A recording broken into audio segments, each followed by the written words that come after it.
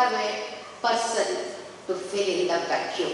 In the field of sculptures especially, he had done monumental research work for which there had been no parallel so far.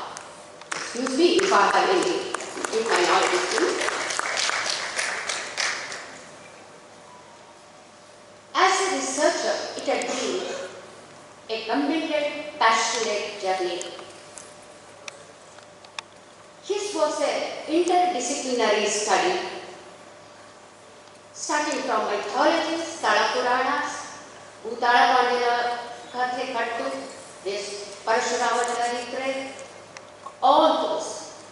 He also borrowed, he also accessed those different disciplines like sociology, ethnology, art and architecture, epigraphy, iconography, place names, different branches, which meant that what he had in his vision was not the whole and soul just of a path to trace history, but a comprehensive history of Tulunadu. He writes that he happened to read Ganapati Rao Iyengar's book published in 1923, Dakshina Kannada Jillaya Prachina Itihasa, which inspired him to take up research. He writes in his book, I happened to enter the field of research by accident. I happened to read this book in 1953, and that made me to think there is a field for lot of historical research. It's very rich as far as the cultural treasures are concerned. And then he also read Dr. Bhaskaranam Salatore's work, History of Karnataka, History of Tulu, Ancient Karnataka, History of Tulunadu. He had discussions with Malleshwara Govindapai. He discussed with many other scholars about the cultural history of Tulunadu. But he felt that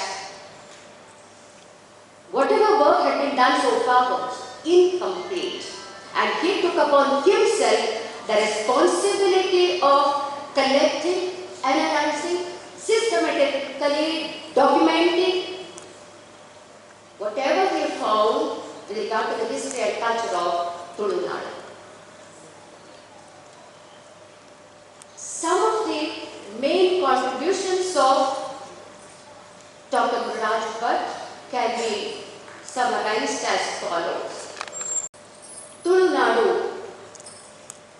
Tuluva, the word Tulu has a synonym in Tulu.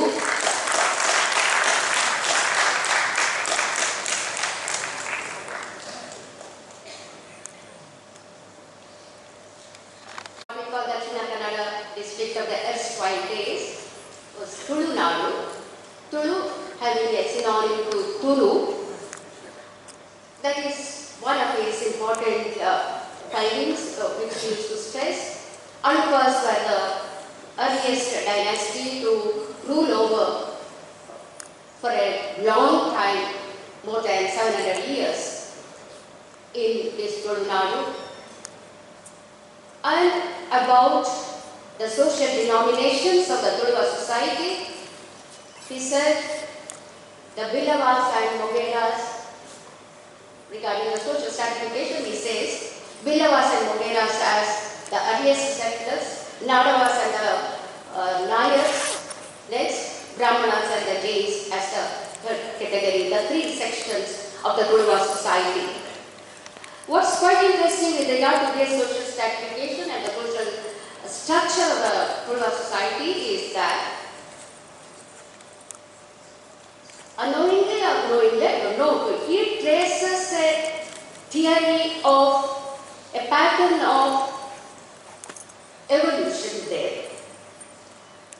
Billavas and the Mogeras being connected with the hunting and the fishing stage, Nadavas and Nayars connected with the agricultural stage, Brahmanas and the Jains with the Aryanization state. There may be debates about the term Aryanization. I am not going to venture on that. But that's what we find in the diagrammatic representation of the Tulu society at that time. As found in his book, we see that. Well, he says that there were immigrations of many groups, social groups, communities into Tulunadu at different stages of history. And this issue of immigration into Tulunadu, it is still a matter of research. There is a lot of scope for this issue of immigration, and this has been pointed out by Dr. K.V. Ramesh also. This issue, even he tries to trace, excepting Vilavas and Mogeras, rest of the communities he associates with certain groups, communities which have come from the other parts. Well, for Brahmanas we say Kufeturu and Talamunda, from where they have come down to Tulunadu. The Jains, after the conversion of Vishnuvardhana to Vikiga to Vaishnavism, Jains used to come to the south and also to Tulunadu in large numbers. All this, well, the issue of immigration is a topic which I feel that the students of sociology and history definitely can seriously think of, and my teacher has shown the path for that. Now, coming to the field of his excavations, well, in his book Studies in Tuluva History and Culture, that monumental work, he writes about 88 inscriptions he had explored. He gives a long list of all those as the primary sources for his book. I highlight a few. The Belvandu copper plate, which he discovered, is considered as the most ancient copper plate in Kannada. From the point of view of its historical importance, linguistic, political, and as an epigraphical source for identifying the royal emblem of the Alupas, the twin fish. This record is very, very significant, and it is to the credit of my teacher that the discovery, exploration, the unearthing of this copper edge has been ascribed. Likewise, he also discovered the inscription at Jatti in Kundapur, Varanga, then Kadandare, referring to the construction of the Subramanya temple, the earliest of that, the Tulu scripted Kannada lettered inscription of Kedwase. My memory may be a bit, am I right, sir? Okay, sir? Yes. And a number of inscriptions for that matter regarding the spread of Jainism had been discovered by him. It was Dr. G.S. Gai, the chief epigraphist of India of that time, who said that epigraphy is the indispensable tool for chronological inferences in history of South Canada or Tulunadu. He studied epigraphy mainly on the inspiration of Dr. G.S. Gai. He says that. He also admits that from Mukunda Prabhu he learned about iconography. Why I want to stress these points is he tried to get information to substantiate his findings in different fields. As a result of the epigraphical explorations, many of the remote villages of Tulunadu came to be immortalized in the history of Tuluva culture and history. But for this, today we might not have come across the names of Jakti or other places in Tulunadu. Hiriadka, Paduru, Udyavara, all these places got historical importance and got immortalized in the history of Tulunadu because of the explorations of Gururaja Bhat. Regarding temples, a lot of work has been done by him. His studies in Tuluva history and culture, the monumental work, the life work of Dr. Gururaja Bhat, contains a detailed information about the temples, starting from its style, the evolution of temple architecture, the different temples of Tulunadu, which were to worship certain, even some unknown deities. For example, Gaveshwara of Koteshwara, Trishulini of Balappa. These are some uncommon deities. With regard to architecture, it is not merely the style of the architecture of the temple that he studies, but he also keeps in mind the evolution of the religions in Tulunadu. Shaivism was the earliest religion. Later, Vaishnavism entered. Of course, there were other religions too.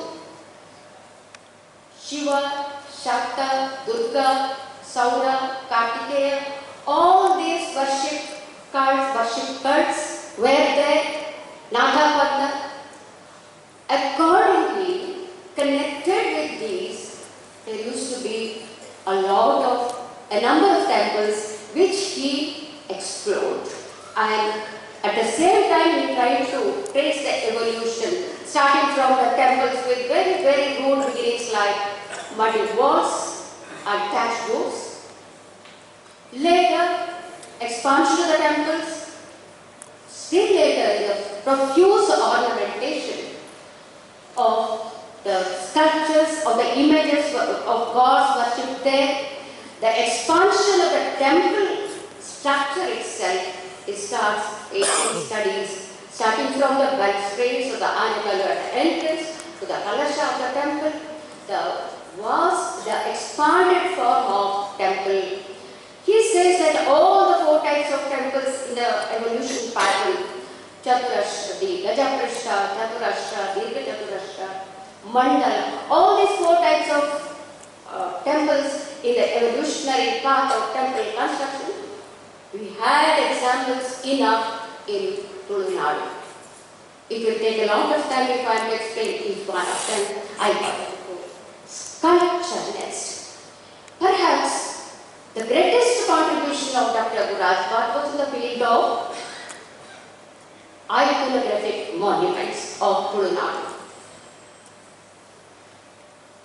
We find the different pictures of the images of gods, the icons worshipped by the followers of Shaivism, Vaishnavism, Shakta, Jaina and Buddhist cult, given in a very beautiful, detailed manner in his work.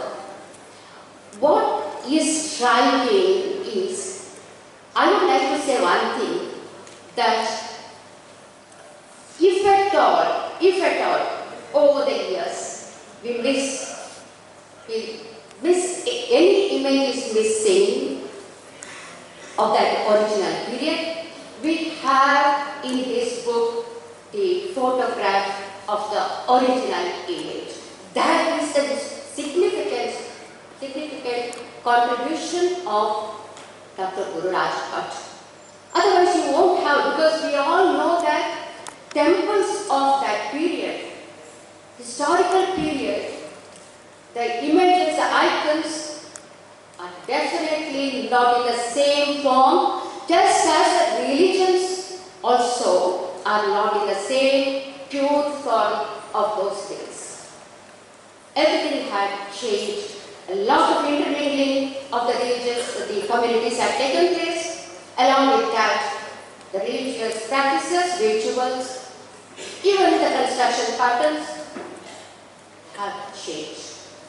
Coming to the Ganesha bronzes, of course there are a lot of them. You find in that book hundreds of plates giving the pictures, the photos of different bronzes. But what is striking is some of the sketches made by him regarding the postures.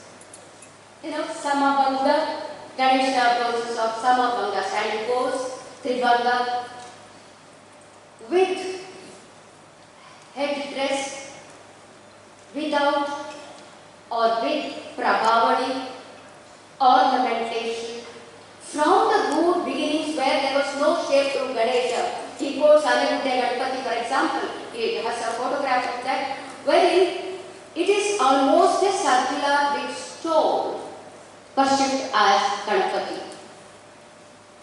There is also a Ganpati Vigraha wherein a Ganesha Mandala, Ganpati Mandala on the Linga. And then you have Ganesha style bronzes, most of which were for the worshipping houses, which have a bowl-like kirita, conical in shape. All these, a lot of such differences we can see in the photographs given by him. What I want to stress is, of course, the detailed explanation you can find in the book.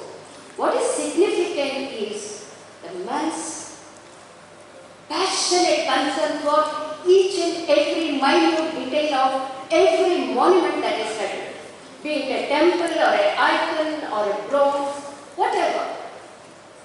The minute details of these he tried to study, and at the same time he wanted to document it. The photographic documentation, publication of his findings immediately, soon after discovering that, in the newspapers, journals, souvenirs or magazines or colleges or high schools, in both English and Kannada. These were entirely his contributions. It was Dr. A. Sundara who said that I remember only 2 scholars who have done this sort of work soon after exploring or discovering an image or a temple or a historical monument, taking a photograph and publishing the details in the newspapers or the journals. And these two were Dr. H.D. Sankaria and Professor Gururaja Bhat.